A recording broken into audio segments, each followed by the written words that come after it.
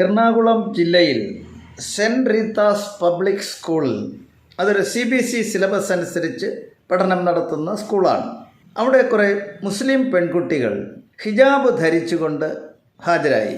School അധികൃതർ അത് പാടില്ല എന്ന് പറഞ്ഞ് ക്ലാസ്സിലിരുത്താൻ അനുവദിച്ചില്ല. ഈ സന്ദർഭത്തിൽ വളരെ പ്രക്ഷോഭം കേരളത്തിൽ ഉണ്ടായി എന്നുള്ളത് നമുക്കറിയാം. പരീക്ഷയും അടുത്തു, സ്കൂളിന് പരീക്ഷ നടത്തണം. അതിനുവേണ്ടി അവർ ബഹുമാനപ്പെട്ട കേരള ഹൈക്കോടതിയെ സമീപിക്കുകയും കോടതി എക്സാമിനേഷൻ നടത്താൻ പോലീസ് പ്രൊട്ടക്ഷൻ നൽകുകയും ചെയ്തു. സ്കൂൾ യൂണിഫോം ധരിച്ചുകൊണ്ട് വേണം വിദ്യാർത്ഥികൾ സ്കൂളിൽ ചെല്ലേണ്ടത് എന്നുള്ളത് സ്കൂളിൻ്റെ നിയമമാണ്. അത് അഡ്മിഷൻ സമയത്ത് തന്നെ ഈ കുട്ടികളും രക്ഷകർത്താക്കളും അംഗീകരിച്ചിട്ടുള്ളതുമാണ്.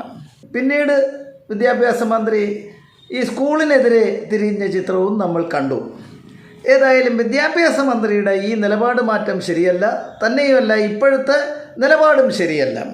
കാരണം ബഹുമാനപ്പെട്ട കേരള ഹൈക്കോടതി റിട്ട് പെറ്റീഷൻ നമ്പർ 35-293/2018 നമ്പർ കേസിൽ ഇതേ വിഷയത്തിൽ ഒരു സുപ്രധാന വിധി പ്രഖ്യാപിച്ചു. ജസ്റ്റിസ് മുസ്താഖിൻ്റെതാണ് ആ വിധി. സ്കൂളിൽ സ്കാർഫ് ധരിച്ചുകൊണ്ട് വിദ്യാർത്ഥികൾ വന്നു. അതിനെ പാടില്ല എന്ന് സ്കൂൾ അധികൃതർ നിലപാടെടുക്കുകയും ചെയ്തു.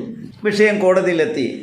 ബഹുമാനപ്പെട്ട ഹൈക്കോടതി ജഡ്ജി നിലവിലുള്ള നിയമങ്ങളെയും ഒക്കെ പരിഗണിച്ചുകൊണ്ട് അദ്ദേഹം സുപ്രധാനമായൊരു വിധി പ്രസ്താവിച്ചു.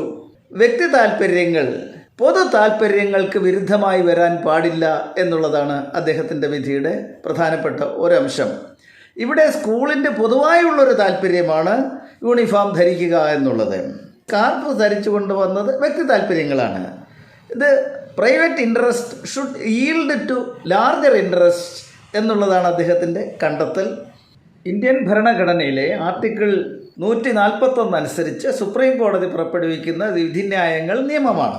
അതേപോലെ ആർട്ടിക്കിൾ 215 അനുസരിച്ച് ഹൈക്കോടതി പുറപ്പെടുവിക്കുന്ന ഉത്തരവുകളും ജഡ്ജ്മെൻറ്റുകളും ഒക്കെ നിയമം തന്നെയാണ്.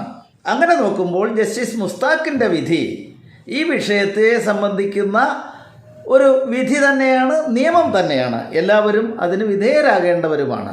അതുകൊണ്ട് ഈ വിധിയെ ഉല്ലംഘിക്കാൻ ആർക്കും താല്പര്യമില്ല. അല്ലെങ്കിൽ ഈ വിധി ഹൈക്കോടതിയുടെ ഡിവിഷൻ ബെഞ്ചോ അല്ലെങ്കിൽ സുപ്രീം കോടതിയോ ക്യാൻസൽ ചെയ്ത് മറ്റൊരു വിധി ഉണ്ടാകുന്നത് വരെ സ്കൂൾ യൂണിഫോം മാനേജ്മെൻറ്റ് നിഷ്കർഷിക്കുന്നു എങ്കിൽ ആ യൂണിഫോം ധരിച്ചുകൊണ്ട് തന്നെ വേണം കുട്ടികൾ പോകേണ്ടത്. അല്ലാതെ കുട്ടികളുടെ ഇഷ്ടത്തിന് യൂണിഫോം ധരിക്കാനും ഡ്രസ്സ് ധരിക്കാനും എന്നുള്ള അവകാശം ഇല്ല തന്നെ.